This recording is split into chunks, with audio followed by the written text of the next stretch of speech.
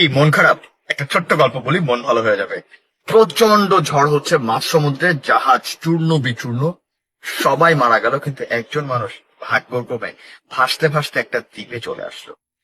আসার পর প্রথম দিকে তার মন যথেষ্ট খারাপ। প্রতিদিনই সে সৃষ্টিকর্তার কাছে প্রার্থনা করতো, আল্লাহ কোন একটা জাহাজ মিলিয়ে দাও, আমি যেন বাসায় যেতে পারি কোনোভাবে।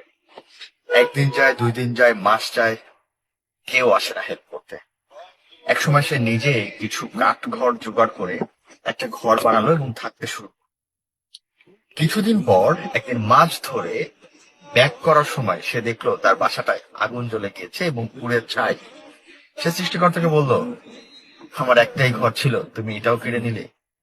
এভাবে সে সৃষ্টিকর্তার উপরে বিলাপ করতে থাকলো আর নিজেকে শেষ করার জন্য সমুদ্রের দিকে পা বাড়ালো। সমুদ্রে ডুবে নিজেকে শেষ করার জন্য প্রতিজ্ঞাবদ্ধ মানুষটা সমুদ্রের পাড়ে যেতে যেতেই অবাক হয়ে দেখলো একজন নাবিক একটা জাহাজ নিয়ে তার কাছে হাজির। সে অবাক হয়ে জিজ্ঞেস করলো, এতদিন আমি এখানে ছিলাম, কেউ আমাকে হেল্প করতে আসে? আপনি কে ভাই, কোথা থেকে আসলেন?